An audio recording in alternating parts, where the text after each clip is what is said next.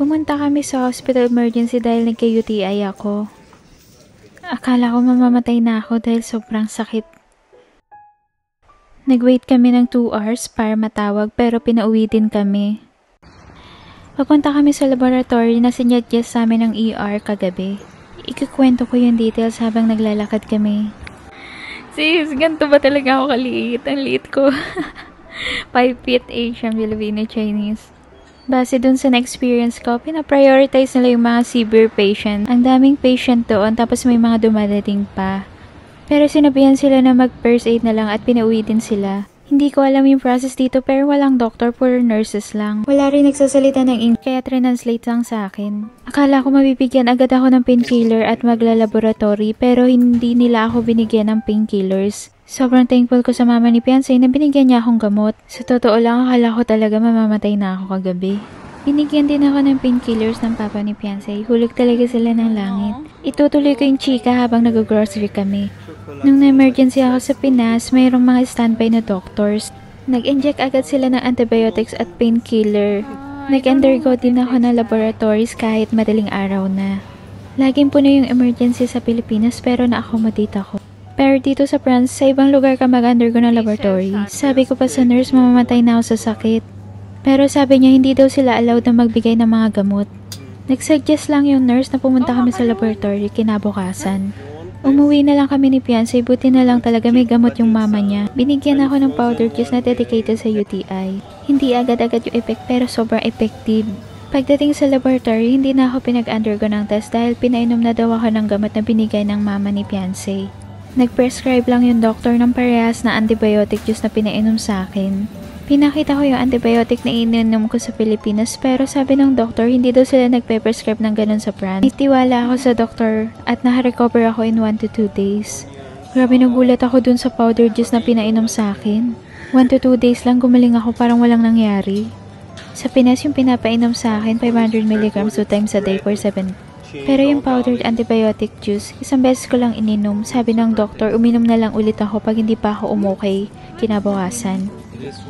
Hindi pala available yung powdered antibiotics juice sa Pilipinas. Ayan yung naging emergency experience ko sa France. Nakakatakot magkasakit lalo na sa abroad. Hindi pala ako pinagbayad sa emergency pero kinuha nila yung PhilHealth number. Sa laboratory, pinagbayad ako ng 26 euro pero di ko pa na-try reimburse yun sa travel insurance. Hindi ko malilimutan tong experience ko. Nakakatakot siya, sis. Yung makaka-relate lang talaga dito yung mga nagka-UTI na ng malala. Siguro accumulate yung bacteria sa long plate ko. Isang beses lang yata ako umihi dahil nahihiya akong gisingin yung katabi ko.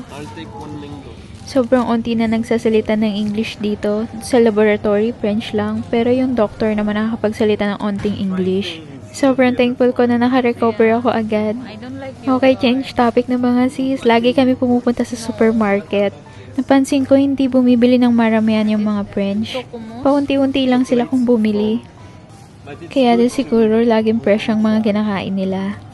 Di katulad sa Pilipinas, dinadamihan natin yung bili para makatipid tayo sa oras at sa pamasahe. Halos mapuno yung cart pag nag-grocery tayo na maglalas siya ng mga 1 month. Kakaibang experience talaga pag na-try mong tumira doon sa country compare pag magbibisit ka lang ng ilang araw. Pag tumira ka doon, ma-experience mo yung everyday life nila pati yung culture. Pero kung saglit lang ako mamamasyal-masyal, hindi ko malalaman yung culture nila. Kaya sobrang thankful ko na matagal ako dito at ma-experience ko talaga yung culture nila. Yung itinerary ko hindi jam-pack ng mga tourist destinations. Sobrang honest ko nalilagay ko grocery shopping, staying at home nung nag-apply ako ng Schengen visa. Hindi pa rin ako makapaniwala na nandito ako. Kasi hindi ko inakala na one day pupunta ako ng France. Siguro kasi sobrang introvert ko or busy lang talaga. Si Fiancé at yung pam niya yung gumawa ng paraan para maharating ako doon. Napakabait nila at totoong tao sila. Habang tumatagal, lalo ko silang nakikilala. I mean, hindi sila toxic. Sobrang peaceful at wala ring nag-aaway sa loob ng bahay. Hindi ko lang alam sa ibang family pero yung family ni Fiancé sobrang kakaiba sila. Sobrang grateful ko na nakilala ko sila. Ako lang ba? Yung gustong-gustong pumupunta sa grocery at sobrang tuwang-tuwa sa mga supermarket. Ewan ko kung tumatanda na ba talaga ako.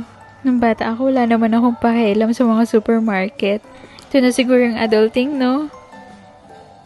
Yung happiness at contentment, naging simple.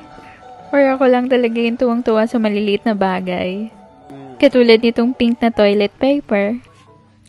Hinambol ako ng France sa lahat ng bagay.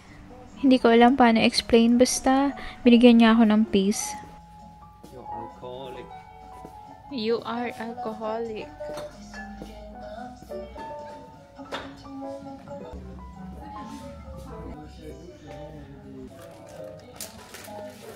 Make you your best dish you ever eat, because it's me that will make it. Okay.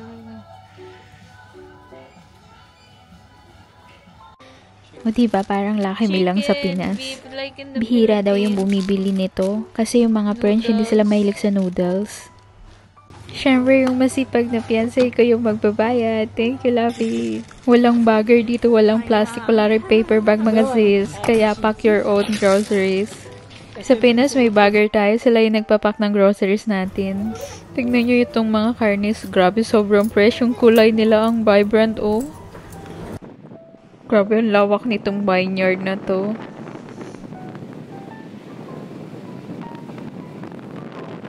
Ito yung clip nung pumunta kami sa pharmacy para bumili ng gamot. O siya, sa next vlog na lang ulit. Thank you for watching. Subscribe mga sis.